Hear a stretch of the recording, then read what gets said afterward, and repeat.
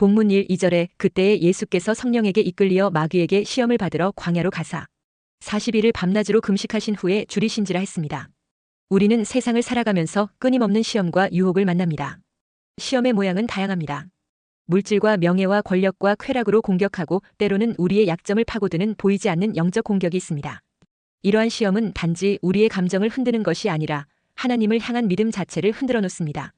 오늘 본문은 예수님께서 공생애를 시작하시기 전에 마귀에게 시험을 받으신 장면입니다. 세상에서의 우리 삶 자체가 시험의 연속입니다.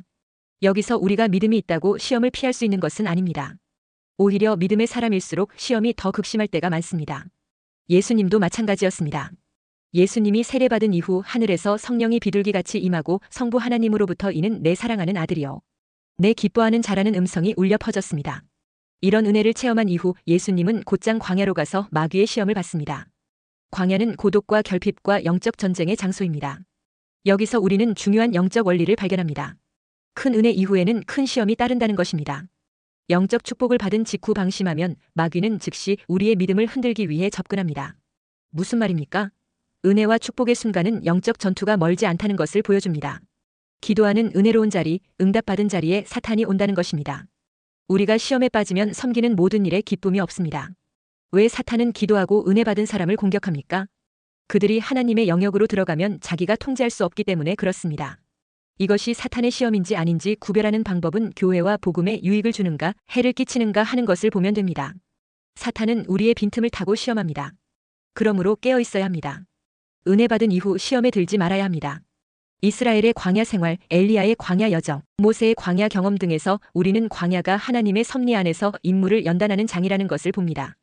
예수님도 그 십자가의 길을 가기 전에 광야에서 시험을 받으시며 인간적 연약함을 몸으로 겪으셨습니다. 히브리서 4장 15절에 우리에게 있는 대제사장은 우리의 연약함을 동정하지 못하실 이가 아니요 모든 일에 우리와 똑같이 시험을 받으신 이로되 죄는 없으시니라 했습니다. 예수님의 승리는 우리 인간성을 위한 연민과 대속의 자격을 완성합니다. 그러므로 이 사건은 단순한 역사적 기록이 아니라 우리 인간 구원을 위한 과정이요 나아가 우리가 세상과 마귀의 시험 속에서 어떻게 승리할 수 있는지를 보여주는 말씀입니다.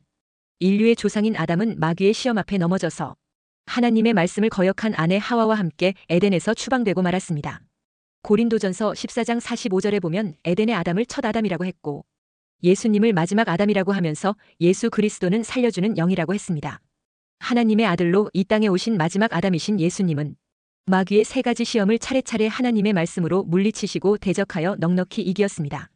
성경이 말하는 시험은 두 가지입니다. 그 하나는 하나님이 직접 나서셔서 시험하시는 시험입니다. 영어로 테스트라고 합니다. 창세기 22장에 나오는 아브라함에게 아들 이삭을 모리아 산에서 번제물로 바치라는 하나님의 시험이 그렇습니다. 또 하나의 시험은 마귀가 인간을 시험하는 시험입니다. 오늘 본문에 등장하는 마귀가 하나님의 아들을 시험한 시험이 그런 경우입니다. 이것은 템테이션입니다. 마귀가 나서서 하나님의 백성을 죄의 유혹으로 끌고 가려고 하는 시험이 마귀의 시험입니다. 그런 면에서 보면 하나님에 의한 시험이 시련이라면 마귀에 의한 시험은 유혹인 것입니다. 특히 마귀는 우리가 절실히 필요로 하는 것을 믿기로 하여 시험합니다. 예수님을 시험할 때 먼저 떡으로 시험했습니다. 1차적 욕구의 문제로 육신의 정욕에 대한 시험을 했습니다. 40일 금식을 하고 배고픈 예수님께 먹는 것으로 시험한 것입니다. 왜 그렇게 했습니까?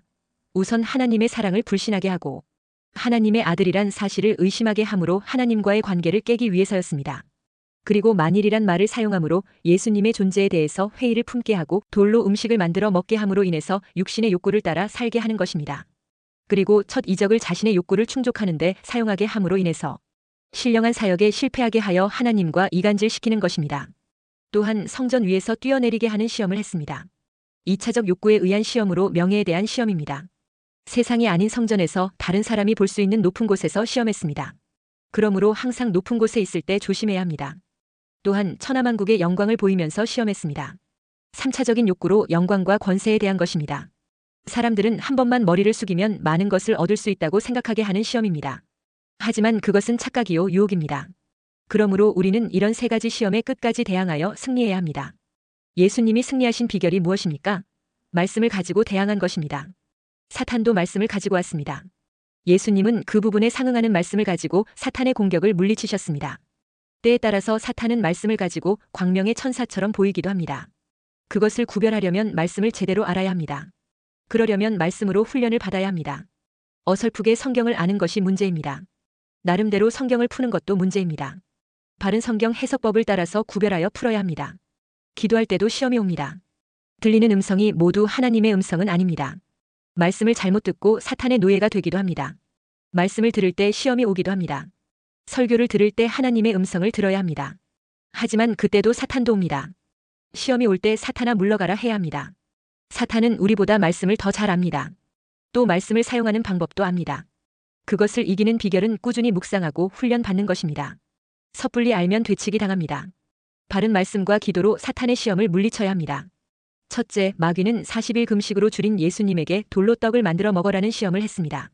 3절에 시험하는 자가 예수께 나와서 이르되 내가 만일 하나님의 아들이어든 명하여 이 돌들로 떡덩이가 되게 하라 했습니다. 예수님이 인생의 몸을 갖고 줄이고 배고파 곤고해졌을 때 사탄은 예수님이 가진 능력으로 배고픈 시험을 해결하라고 합니다. 당신의 능력을 사용하여 돌을 가지고 떡을 만들어 먹으라는 것입니다. 이것은 육신의 정욕을 통해 오는 시험입니다. 예수님이 40일을 금식하여 몹시 배고프고 줄였을 때 당한 시험으로 물질을 통하여 오는 시험입니다. 아담과 하와가 당한 시험에서도 선악과가 먹음직했다는 것은 바로 이 물질을 통하여 오는 시험의 유형임을 알 수 있습니다. 우리에게 있는 육신의 정욕 가운데서 제일 강한 욕망이 바로 무욕입니다. 그러므로 우리 육신에 오는 시험 가운데 물질을 통한 시험이 가장 강력한 시험인 것입니다. 인간 삶의 대부분이 육신과 관련된 것들입니다. 그러다 보니 우리의 육신은 물질을 매우 귀중히 여기게 되는 것입니다. 그래서 재물을 하나님과 같이 여길 위험성이 생기되고 하나님보다 재물을 더 사랑하고 더 의지할 위험성이 높은 것입니다. 그래서 예수님은 이런 것을 경계하여 마태복음 6장 24절에 한 사람이 두 주인을 섬기지 못할 것이니 혹 이를 미워하고 저를 사랑하거나 혹 이를 중히 여기고 저를 경히 여김이라. 너희가 하나님과 재물을 겸하여 섬기지 못하느니라 했습니다. 물론 육신이 세상을 살아가려면 물질이 꼭 필요합니다. 그러나 여기에는 순서가 있습니다. 육신이 먼저가 아니고 영혼이 먼저인 것입니다. 그래서 요한 3서 1장 2절에 사랑하는 자여 내 영혼이 잘됨같이 내가 범사에 잘되고 강건하기를 내가 간구하노라 한 것입니다. 그리고 우선순위를 말하기를 마태복음 6장 33절에 그런즉 너희는 먼저 그의 나라와 그의 의를 구하라. 그리하면 이 모든 것을 너희에게 더하시리라 했습니다. 그러므로 영혼이 먼저 잘되면 육신은 자연히 잘 살 수 있는 길이 열리고 따라온다는 것입니다. 그러나 유감스럽게도 대부분의 사람들은 영의 문제는 등한히 하고 육신의 문제만 잘 되도록 하기 위하여 수단과 방법을 가리지 않는 것입니다. 그러다 보니 마귀와 타협하면서까지 물질을 얻고자 하는 것입니다. 그렇게 살다가 결국 시험에 빠지는 것입니다. 우리의 육신에 필요한 물질은 영이 먼저 하나님 앞에 바로 서서 말씀 중심, 믿음 중심으로 살면 자동적으로 해결되게 되어 있는 것입니다. 그러나 반대로 영보다 육을 앞세우고 말씀이나 믿음보다도 물질을 앞세우게 되면 마귀의 시험에 빠지게 되고 마귀와 타협하게 되는 결과를 가져오게 되는 것입니다. 본문 2절에 40일을 밤낮으로 금식하신 후에 줄이신지라 했습니다. 하나님의 아들이시지만 인간의 몸을 입고 이 땅에 태어나신 예수님은 먹지 못하면 배가 고프고 못 자면 졸리고 못 쉬면 우리와 마찬가지로 고단하고 피곤한 육체를 갖고 계셨던 것입니다. 그러므로 예수님께서 40일 밤낮을 금식하셨다는 것은 인간 체력의 극한 상황에 처했다는 것을 의미합니다.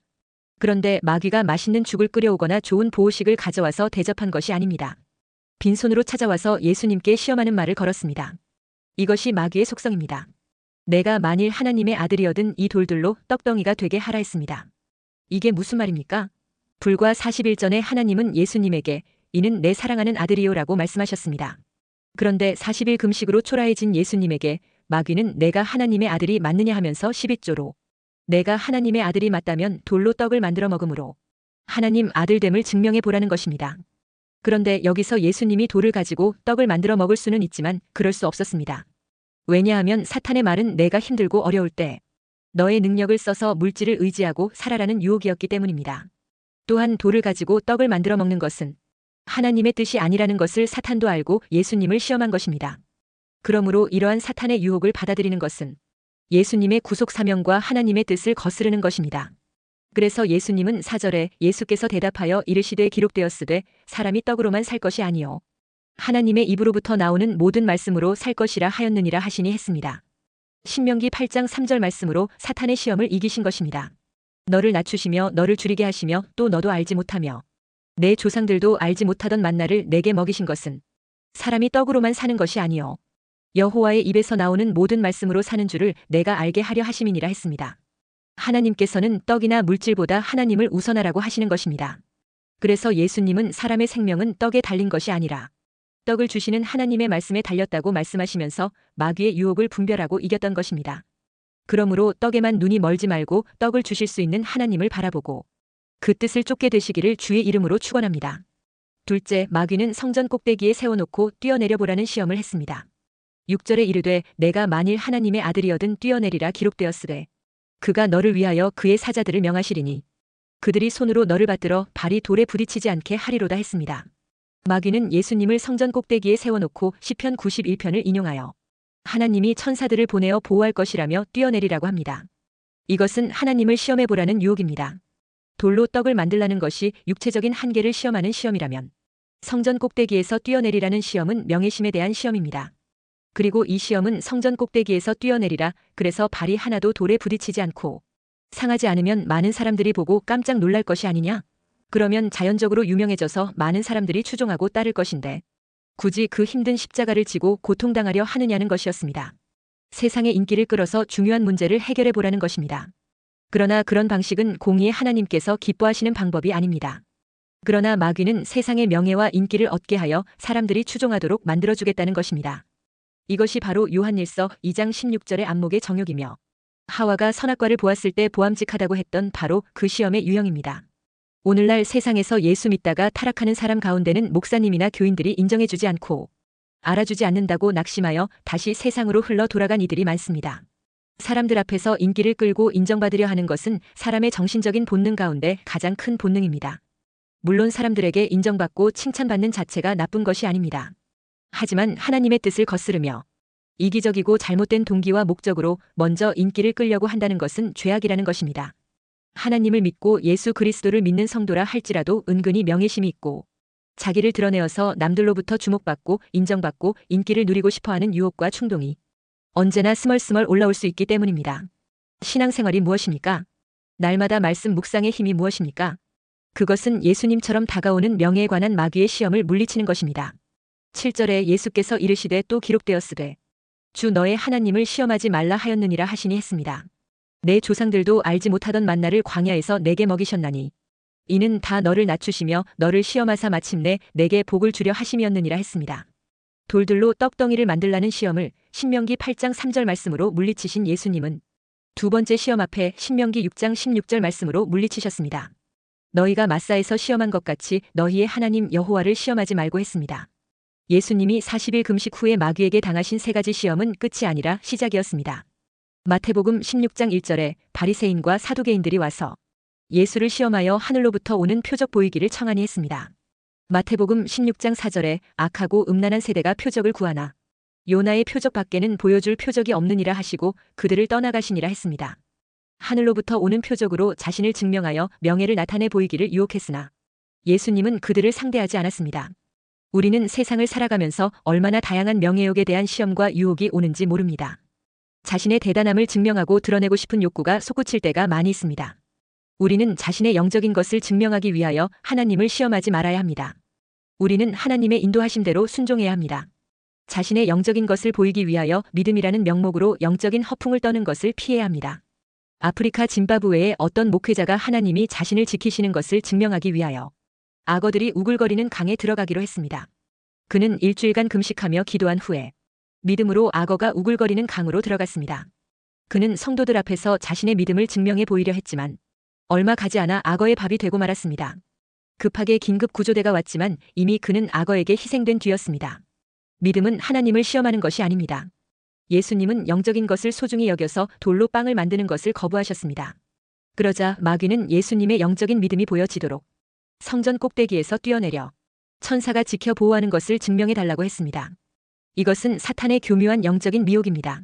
우리 자신의 믿음을 증명하기 위하여 하나님을 시험하는 오류를 범하지 말아야 합니다. 진정한 믿음은 하나님을 시험하는 것이 아닙니다. 진정한 믿음은 하나님을 신뢰하는 것입니다.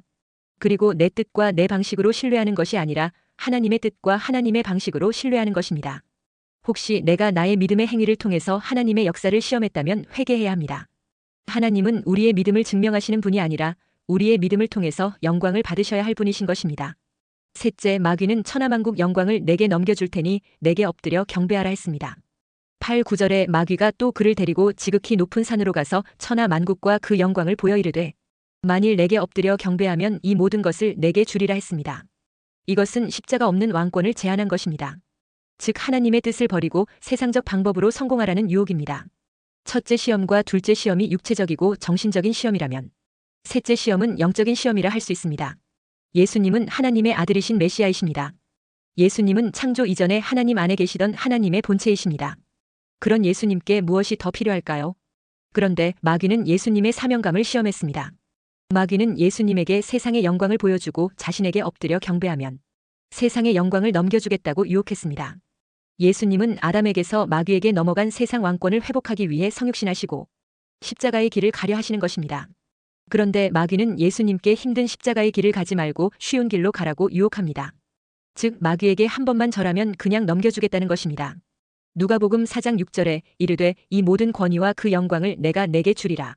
이것은 내게 넘겨준 것이므로 내가 원하는 자에게 주노라 했습니다. 마귀는 세상 임금으로 모든 세상 영광이 자기에게 있다고 했습니다. 에덴에서 아담을 유혹하여 무너뜨린 마귀는 아담에게 주어졌던 세상 영광과 권세를 탈취한 자임을 알 수 있습니다. 그래서 마귀의 별명이 도둑이요 강도라고 했습니다.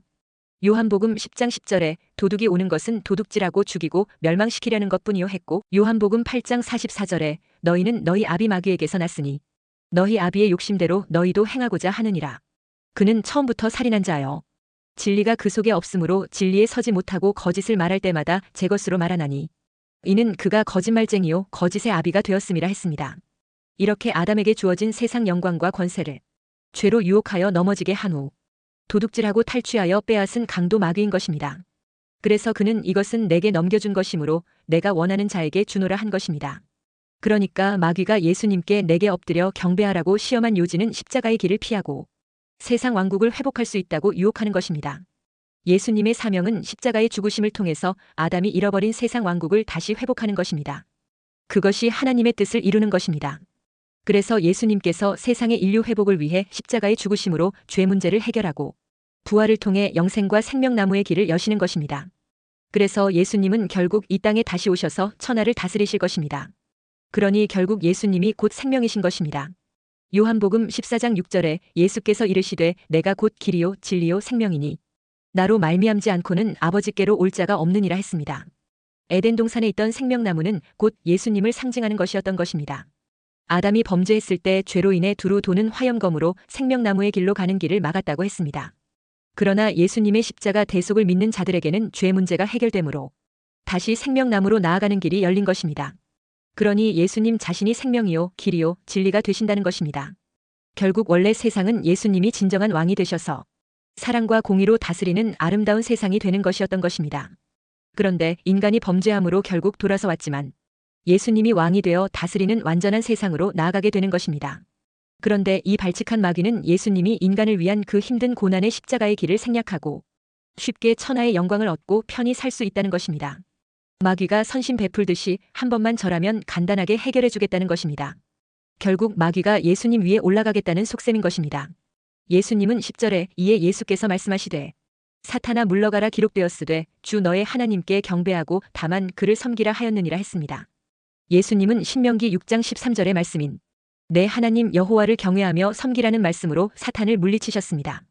예수님은 오직 하나님만을 경배하며 섬겨야 한다는 것을 선포하신 것입니다. 사탄은 이 세상의 임금입니다. 그는 세상의 숭배를 받는 존재로 살아갑니다. 왜냐하면 사탄은 공중의 권세 잡은 자로서 죄의 권세로 다스리는 영향력에 있기 때문입니다. 사단은 가지고 있는 세상 왕국과 영광을 예수님에게 넘겨주겠다고 유혹했던 것입니다. 그러나 사탄은 오늘날도 잠깐 있다가 사라지는 세상의 외적인 것만을 보여주면서 사람들을 미혹합니다. 어리석게도 사람들은 잠깐 세상의 외적인 영광을 추구하는 것에 속아서 살아갑니다. 그러나 하나님을 떠난 세상의 영광은 잠깐 있다가 사라지는 안개와 같은 것입니다. 그리고 거기에는 죄로 인한 어두움이 있어 썩어 부패한 배설물과 같은 것입니다. 이 세상의 참된 영광은 그리스도 안에서 회복되는 것입니다. 그래서 예수님은 사단의 권세를 물리치면서 오직 하나님께 경배하고 다만 그를 섬기라고 선포한 것입니다. 예수님은 참된 하나님의 영광을 회복하기 위해서 가야 할 길이 십자가의 길이라는 것을 아셨습니다. 그래서 쉽고 편한 길을 버리고 죽기까지 힘들고 아픈 길이지만 옳고 바른 길을 가신 것입니다. 죄로 인하여 타락한 세상은 오직 십자가의 복음으로만이 온전히 회복된다는 것을 아셨던 것입니다. 그러므로 주님은 십자가의 고난의 길을 가셨고 그 길을 통하여 죽음으로써 대가를 지불하셨습니다. 그리고 죽은 자 가운데서 부활하심으로 하나님의 영광의 보좌 우편에 앉으셨습니다. 오늘 우리들에게도 세상의 영광을 얻기 전에 십자가의 고난의 길을 가고자 하는 믿음이 필요합니다. 그래서 우리가 주님의 길을 따라갈 때 십자가의 고난의 길이 오더라도 감당해야 합니다.